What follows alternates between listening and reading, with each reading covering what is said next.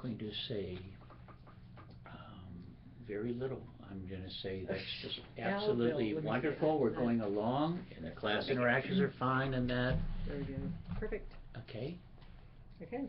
And you are going to deal with it, so. Welcome to week 3, students. Hi, everybody.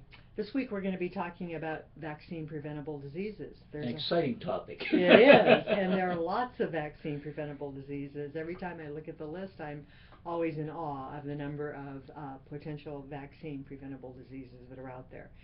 We'll talk about infectious diseases and how humans end up contracting infectious diseases in terms of the routes of exposure. We'll do a little bit of looking at allergens and poisons and toxins. Then we're going to spend some time looking at natural disasters. Before we go on from that, can I ask you a question? Absolutely.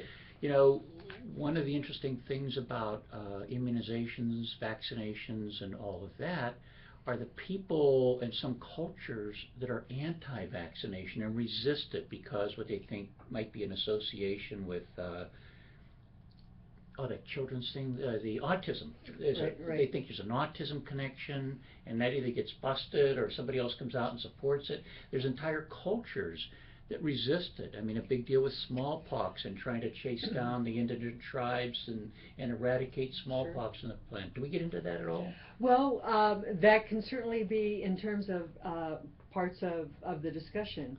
The specific question about why people choose to not be immunized is a fascinating topic, as you just suggested. And we have evidence even here in the United States of polio outbreaks in particular sectors of the country where they chose, based on their own personal beliefs, to not immunize their children. And even as we were chatting earlier, there's even a great part of all of this. It's part of the history and our DNA of public health and our authority and everything else. It's an exciting field, isn't it? That's right. And then finally, what I find very interesting is on the global perspective, there are countries who believe that vaccines that are given to them as a result of United States intervention are going to have an adverse effect on their population. So they think it's actually a poison being brought in. And the grandmothers will say to the mothers, "Don't let them do that for your babies," and it's working against God and the wishes of Allah or whoever God is to them and so forth. That's right.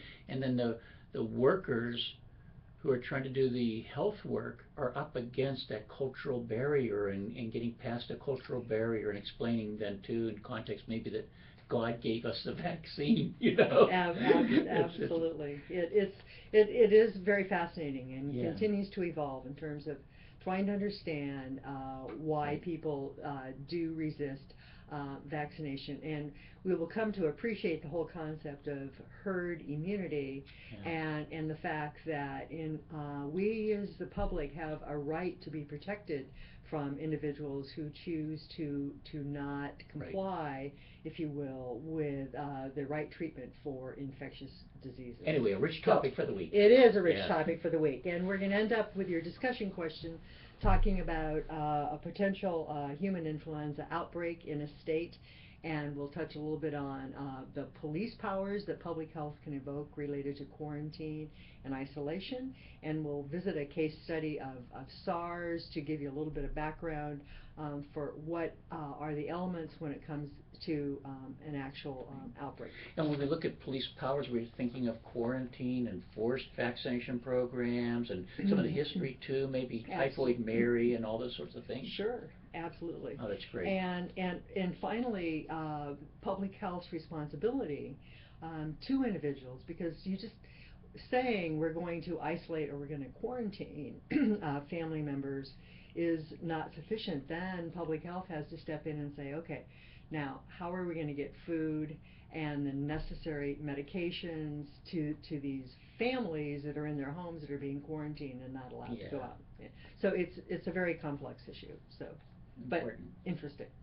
So, welcome to week 3. Welcome. Keep up the great work.